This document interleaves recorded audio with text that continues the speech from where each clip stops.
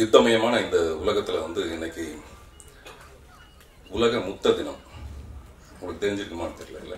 இன்னைக்கு உலக முத்த தினம். இதுல இருந்தே புரிஞ்சுங்க எனக்கு வயசாகலன்ட்டு. என்னோட டேட் ஆஃப் பர்த் பாத்தீங்கன்னா 14/4/1989 இருக்கும்.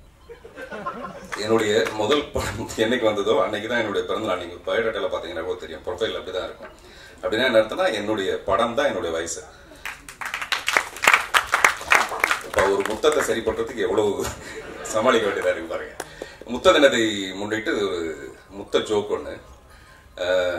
இன்னைக்கு காலையில ஒரு கணவர் என்ன பண்ணிருக்காருன்னா, ஒய்ஃப் வந்து எவ்வளவு அழகா சமாளிக்கிறாங்க பாக்கலாம்னு சொல்லிட்டு 20,000 ரூபாய் சம்பளத்துக்கு பதிலா இந்த 20,000 முத்தமா உனக்கு கொடுத்துறேன், இந்த மாசத்தை எப்படியா சமாளிக்க முடியுமா அப்படின்னு கேட்டிருக்காங்க. ஐயோ அதனால என்னங்க, தாராளமா கொடுங்க, அதுல ஒரு 5,000 முத்தத்தை வந்து ஹவுஸ் ஓனர் கொடுத்துறேன், ஒரு 3,000 முத்தத்தை வந்து மளிகை கடைக்காரர் கொடுத்துறேன், அப்புறம் இப்ப கேஸ் எப்படியும் நம்ம இதுலதான் பிளாக்ல தான் வாங்க வேண்டியதா இருக்கு, ஒரு 1,200 முத்தத்தை வந்து கேஸ் கொடுக்குறேன், மிச்சம் மீதி இருந்தா அந்த பிரசாத் ஸ்டுடியோ வெளியில இருக்க பிச்சைக்காரருக்கு ஒரு 10-20 முத்தத்தை போட்டுறேன் அப்படின்னா அந்த புருஷனுக்கு ஏண்டா கேட்டோம்னு ஆயிடுச்சு. இது எதுக்காக சொல்றேன்னா, பெண்கள் ரொம்ப ரொம்ப ஷார்ப்பானவங்க, பெண்கள் மிக மிக போல்டானவங்க, அவங்களுடைய தைரியமும் அவங்களுடைய என்ன சொல்றது அந்த ஸ்ட்ரென்த்தும் வந்து ஆண்களுக்கே குறைவு.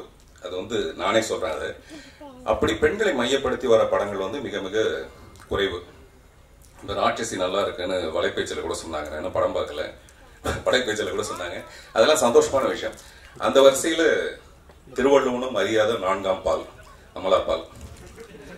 அது வந்து பால் இல்ல பால் அப்படின்னு சொல்லணும், திருவள்ளுவருக்கே தெரியாது, அப்புறம் எனக்கு எப்படி தெரியும். ஸோ அவங்க நடிச்சு அவங்கள மையப்படுத்தி இந்த மாதிரி ஒரு படம்ங்கிறது சந்தோஷமா இருக்கு. நம்ம நாட்டில இருந்து ஒருத்தர் வெளிநாட்டில் போய் எங்கேயோ ஒரு தீவிரவாதி கிட்ட போய் ஒரு மாட்டிக்கிறாரு, ஒரு வீரர் ஒருத்தர் போய் மாட்டிக்கிறாரு. மாட்டோம்னா அவங்க ரொம்ப ஒரு மாதிரி அவங்கள ஹாரஸ் பண்றாங்க அந்த வீரரை. அங்க ஒரு 3 டென்ட் இருக்கு. இது வந்து சுஜாதாவுடைய ஒரு கதை, ஒரு சிறுகதை. எவ்வளவு பேர் படிச்சிருப்பீங்கன்னு தெரியல. அந்த டென்ட்ல வந்து முதல் டென்ட்ல ஒரு 10 ஓட்கா பாட்டில் இருக்கு. நீ என்ன பண்ணணும்னா, முதல்ல அந்த போய் 1 மணி நேரத்துக்குள்ள அந்த 10 ஓட்கா பாட்டிலையும் தீர்த்தரணும். 2வது டென்ட்லுக்குள்ள வந்து ஒரு புலி ஒண்ணு இருக்கு, ரொம்ப பசியோட இருக்கிற புலி. பட் அதுக்கு பல்லு வலி, ரொம்ப நாளா பல்லு வலியில இருக்கு. அதனால நீ என்ன பண்ணணும்னா, என்ன பண்ணுவே தெரியாது, அது பல்ல வந்து வலிக்காம புடிங்கிட்டு வந்துடணும். அப்புறம் 3வது டென்ட்ல ஒரு அழகான பெண் இருக்கு. இது ரெண்டையும் கடந்துட்டீங்கன்னா அந்த பெண்ணை போய் நீ ஏத்துக்கலாம் அப்படின்னு உடனே இவன் நேரா வேற வழி இல்லை, அதை செஞ்சாதான் வெளியில வர முடியும்னு சொல்லிட்டு நேரா அந்த முதல் டென்ட்டுக்குள்ள போய் அந்த 10 பாட்டில் ஓட்கா வடிச்சோன்னா வேறையா மாறிடுறான். 2வது டென்ட்டுக்குள்ள போறான், புலி இருக்கு. வெளியில இருந்து இவங்க பார்த்துட்டே இருக்காங்க. அவன் ஏதோ பேசுறான், ஓ நன்மைக்காக தானே செய்யறேன், கொஞ்சம் அனுசரிச்சு போ அப்படின்லாம் சொல்லி ரொம்ப நேரம் அந்த புலி கிட்ட பேசிட்டு அப்புறம் வெளியில வந்துடான். வெளியில வந்து அவன் கேட்கறான், எங்க அந்த பல்லு வலின்னு சொன்ன பொண்ணு எங்க அப்படின்னு கேட்கிறான். புரிஞ்சவங்க சிரிச்சாங்களா இல்ல சிரிச்சவங்களுக்கு புரிஞ்சுதான்னு தெரியல. இது எதுக்காக சொல்றேன்னா, இந்த சினிமா வந்து இந்த மாதிரி ஒரு அந்த டென்ட்டுக்குள்ள போற மாதிரி முதல்ல ஒரு போதை, அந்த 10 பாட்டில் அடிச்ச உடனே 2வது டென்ட்டுக்குள்ள நம்ம போயே தரும். கிடைக்கிறது புலியா இல்ல பொண்ணாங்கிறது நமக்கு தெரியவே தெரியாது.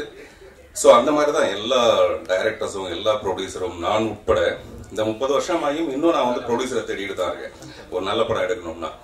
அதனால ரத்னகுமார் வந்து நேற்று கூட என்கிட்ட சொன்னாரு, நாங்க இந்த மாதிரி ஒரு 10 பேர் இருக்கோம் சார், எல்லாம் நல்ல படம் பண்ணிட்டு ஒரு 2 வருஷமா அடுத்த படம் பண்றதுக்காக காத்துட்டு இருக்க வேண்டிய ஒரு கட்டாயம்னு சொல்லிட்டு. ஆக்சுவலா இந்த சேலஞ்சு தான் எனக்கு தெரிஞ்சு உங்களை ஆடை மாதிரி ஒரு படத்தை எடுக்க வச்சிருக்குன்னு எனக்கு தோணுது. உங்களுக்கு சர்வசாதாரணமா வாய்ப்பு கிடைச்சதுன்னு வச்சுங்களேன், நம்மளும் ஏதோ 10ஓட 11 கிடைக்கிற வெற்றியோடவே அப்படியே போயிருப்போம். அப்படி இல்லாம நான் ஒத்த சிறப்பு பண்றதுக்கு காரணமும் அதே தான். நமக்கு யாரும் கிடைக்காதப்ப நம்மளே நிரூபிக்கணும்னு நம்ம ஒரு போராட்டம் இருக்கும். அமலா பால் என்னுடைய கதை திரைக்கதை வசனம் இயக்கத்துல வந்து ஒரு 3 நாள் மட்டும் நடிக்கிற மாதிரியான ஒரு கேரக்டர். அந்த படத்துல ரொம்ப நிறைவா இருந்தது அவங்களுடைய பர்ஃபார்மன்ஸ். நம்ம கிட்ட தமிழ்ல இருக்க மிக குறிப்பிடத்தகுந்த நடிக்க தெரிந்த நடிகைகள்ல அமலா பாலும் ஒருவர். இந்த இடத்துல கொஞ்சம் கை தட்டினோம்னா அவங்களுக்கு வந்து ஊக்கமா இருக்கும். நான் அதை எப்படி தெரிஞ்சுட்டேன்னா, ஒரு பியூட்டிஃபுல் சீன் ஏதோ ஒன்று அழகா கன்சீவ் பண்ணிட்டு அவங்க ஷூட்டிங் முடிஞ்சு போகும்போது சொன்னாங்க, the way in which you choreographed the scene was nice அப்படின்னாங்க. ஒரு சீனை வந்து கொரியோகிராஃப் பண்றதுங்கிற ஒரு வார்த்தை ஒரு நடிகைக்கு தெரியுமானே எனக்கு தெரியாது அது வரைக்கும். ஓ இதை வந்து கொரியோகிராஃப்னு கூட சொல்லலாமா? நான் நினைச்சிட்டு இருக்கேன் நடிகைகள்லாம் நடிச்சுட்டு போயிடுவாங்க, அவ்வளவுதான், அவங்களுக்கு ஒன்றும் அவ்வளவு விவரம் தெரியாதுன்னு நினைச்சிட்டு இருக்கேன் நான். அப்பதான் எனக்கு தெரிஞ்சது, ஓ இவ்வளவு விஷயம் தெரிஞ்சுட்டாங்க, இல்லாட்டி இந்த மாதிரி ஒரு படத்தை செலக்ட் பண்ணிருக்கவே முடியாது. ஸோ அதனால அமலா பாலுக்கு என்னுடைய பாராட்டுகள். அப்புறம் இந்த ஊர்கா நான் வந்து கேட்டதில்லை. அப்போதான் தெரியுது நம்ம எவ்வளோ நாலேஜ் இல்லாமல் இருக்கோங்கிறது. நான் வந்து எப்பவுமே அந்த குதிரை மாதிரி ஒரே ஒரு விஷயத்துக்குள்ளேயே போயிட்டு இருக்கிறதுனால நான் இதெல்லாம் மிஸ் பண்ணியிருக்கேன். பட் நான் வரும்போதே உள்ளே வந்தோடனே அந்த லிரிக்ஸ் சாங் கேட்டேன், நல்லா இருந்தது. பொதுவாகவே படைப்பாளிகள் எப்படி இருக்காங்கன்னா, உயிரோடு இருக்கும்போது எப்படி மதிப்பு இல்லையோ இறந்ததுக்கு அப்புறம் தான் சில நேரத்தில் மதிப்பு வரும். உதாரணத்துக்கு உயிர் கோழிக்கு வந்து ஒரு 150 ரூபாய் கிடைக்கும், உரிச்ச கோழி வந்து 200 ரூபாய் கிடைக்கும், ஆனால் வறுத்த கோழி 300 ரூபாய் ஆகும். அப்படின்னா வறுக்கப்பட்டதுக்கு அப்புறமே அதுக்கு ஒரு மரியாதையே கிடைக்குது. அந்த மாதிரி படைப்பாளிகள் யாரும் ஒரு நல்ல படைப்பை கொடுக்கும்போது அவங்களுக்கு மரியாதையே கிடைக்கிறது இல்லை. எஸ் பாலச்சந்தர் 75 வருஷம் கழிச்சு இப்போதான் நம்ம கொண்டாடிட்டு இருக்கோம். ஸோ அதனால நல்ல படைப்புகள் வரும்போது அதை வந்து பாராட்ட வேண்டியது வந்து நிச்சயமா பத்திரிகை இப்பெல்லாம் வந்து ரொம்ப உண்மையிலேயே நல்ல படங்களை வரவேற்கிறது, மனப்பூர்வமாக பாராட்டுறதுங்கிறது ஒரு சந்தோஷமான ஒரு விஷயம். அதே மாதிரி சுப்பு சாருக்கு இது வந்து 2வது படம். இந்த மாதிரி படங்களுக்கு நல்ல வரவேற்பு கிடைக்கணும். நல்ல முயற்சி யார் செஞ்சாலும் வாழ்த்துங்க, ஒத்த செருப்பு உட்பட. நன்றி, வணக்கம்.